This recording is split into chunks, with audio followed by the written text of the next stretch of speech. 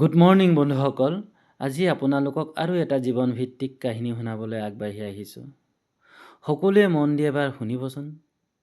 জীৱনটো আগবঢ়াই নিবলৈ আমাৰ কিছুমান চিন্তা কিয় সলনি কৰাৰ খুবেই দৰকাৰ, সেই কথা আপোনালোকে উপলব্ধি কৰিব পাৰিব।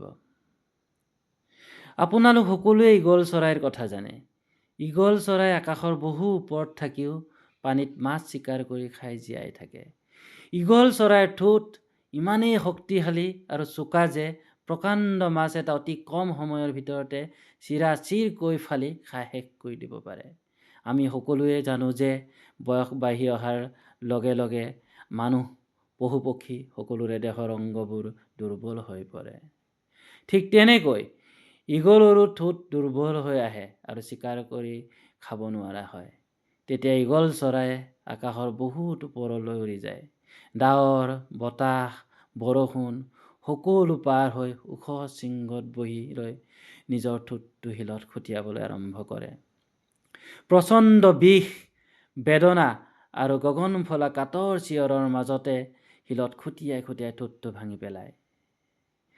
তেজেৰে ৰাঙলী হৈ পৰা ঈগলৰ মুখ আৰু সম্পূৰ্ণ ঠোঁট ভাঙি যোৱাৰ পাছত ঈগল চৰাইটো শিলৰ শৃংগত বৰফ আৰু প্ৰচণ্ড ঠাণ্ডাৰ মাজত কঠোৰ ধৈৰ্য্যৰে নতুন ঠোঁট ওলোৱালৈকে নীৰৱে বহি থাকে। যেতিয়া নতুন ঠোঁট সম্পূৰ্ণ হয়, তেতিয়া আকৌ নতুন উদ্যমেৰে ধৰালৈ নামি আহে। নতুন ঠোঁট গজাৰ পাছত মাছ ধৰি খাবলৈ সক্ষম হৈ উঠে আৰু এটা নতুন জীৱন ঈগল চৰাই লাভ কৰে। এই কাহিনীটোৰ পৰা আমি দুটা শিক্ষা পাওঁ। প্ৰথমটো হ'ল, ঈগল চৰাইটোৰ ঠোঁটটোৰ দৰে কেতিয়াবা আমাৰ জ্ঞান, অভ্যাস আৰু বিশ্বাস যুগৰ লগত খাপ নোখোৱা হৈ যায়।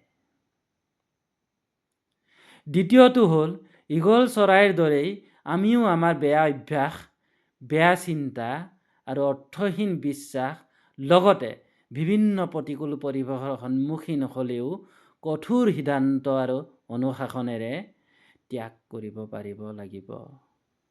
তেতিয়াহে আমি যুগৰ লগত খাপ খুৱাই আগবাঢ়ি যাব পাৰিম।